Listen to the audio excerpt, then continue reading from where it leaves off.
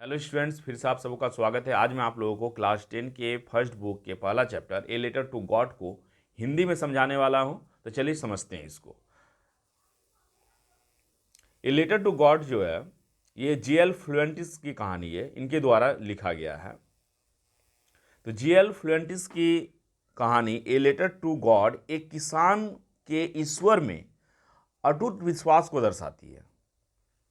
इसकी शुरुआत लैंचो नाम के एक किसान से होती है जो अपने मकई के खेत को पोषण देने के लिए बारिश की बौछार की उम्मीद कर रहा था।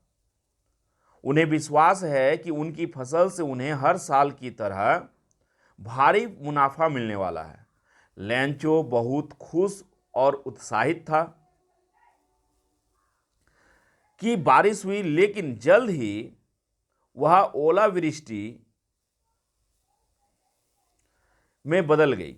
मतलब बारिश तो हो रही थी, लैंचो तो खुश था, लेकिन वो बारिश क्या हुई, धीरे धीरे ओलावृष्टि में बदल गई, जिससे उसकी पूरी फसल नष्ट हो गई। फसल के क्षति होने से परिवार के अस्तित्व के लिए खतरा पैदा हो गया, क्योंकि उनकी पूरी आजीविका साल की उपज पर ही निर्भर थी। हालांकि निराश परिवार को सर्वशक्तिमान ईश्वर में दृढ़ विश्वास था, लेकिन उसको विश्वास था, किस पे विश्वास था, भगवान पे विश्वास था।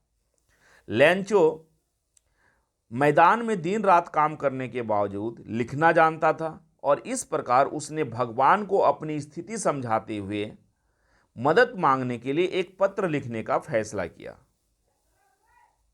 वह भगवान के लिए संबोधित पत्र पोस्ट करने के लिए शहर गया।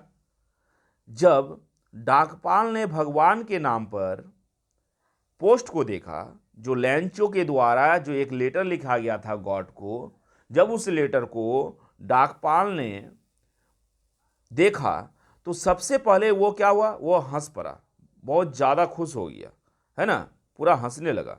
फिर बाद में वो गंभीरता से सोचने के बाद उसे लगा कि वह किसान के लिए कुछ करना चाहिए, क्योंकि इस किसान का भगवान के प्रति क्या है, अटूट विश्वास है और यह विश्वास नहीं टूटना चाहिए। इसके कारण उसे लगा कि मुझे क्या करना चाहिए, कुछ करना चाहिए ताकि उसकी अपार आस्था को बरकरार रखा जा सके। उसने अपने वेतन से योगदान दिया और अपने सहयोगी जो और भी कर्मचारी थे और दोस्तों से धन इकट्ठा किया। सबने स्वेच्छा से दान के कार्य के लिए योगदान दिया था, किंतु वे लोग केवल 70 पीसो जमा कर सके, जिसे उसने एक लिफाफे में लपेटकर लैंचो को भेज दिया, ताकि लैंचो को लगे कि यह रकम जो है वो भगवान ने ही उसे जवाब में भेजा है। पत्र मिलने पर लैंचो बिल्कुल भी हैरान नहीं होता है, बल्कि वह यह जानकर क्रोधित हो जाता है कि वह क्रोधित हो जाता है कि राशि उसकी अपेक्षा से कम है। लैंचो जितना राशि डिमांड किए थे भगवान से, वो कितना डिमांड किए थे, 100 पीसोज, लेकिन उनको मिलता है कितना है, 70 पीसोज। तो वह इस पैसे को देखकर वो बिल्कुल हैरान नहीं होता है, बल्कि उल्टा क्या हो जाता है, क्रोधित हो जाता है कि राशि उसकी अपेक्षा से कम है। वह फिर से भगवान को एक पत्र लिखता है और डाकघर के कर्मचारियों में अपनी निराशा और अविश्वास व्यक्त करता है। वो भगवान को पत्र लिखकर कहता है कि हो सके कि आपने पूरा पैसा ही भेजा था, लेकिन यहाँ डाकघर के कर्मचारी क्या है, बंच ऑफ क्रूग है, ये बिचौलिए हैं, हो सके मेरे पैसे निकाल लिए हैं। इसलिए जब भी नेक्स्ट टाइम मेरे रेस्ट अमाउंट को भेजे तो डायरेक्ट भेजे, है ना, पोस्ट ऑफिस के माध्यम से ना भेजे, क्योंकि उसे लगा कि 100 पीसोज में से 30 पीसोज पोस्ट ऑफिस के एम्प्लॉय के द्वारा चुरा लिए गए हैं। तो ये कहानी भगवान के ऊपर अटूट विश्वास को दिखलाता है, और ये विश्वास किसके द्वारा किया जा रहा है, ये लैंचो जो कि एक किसान है।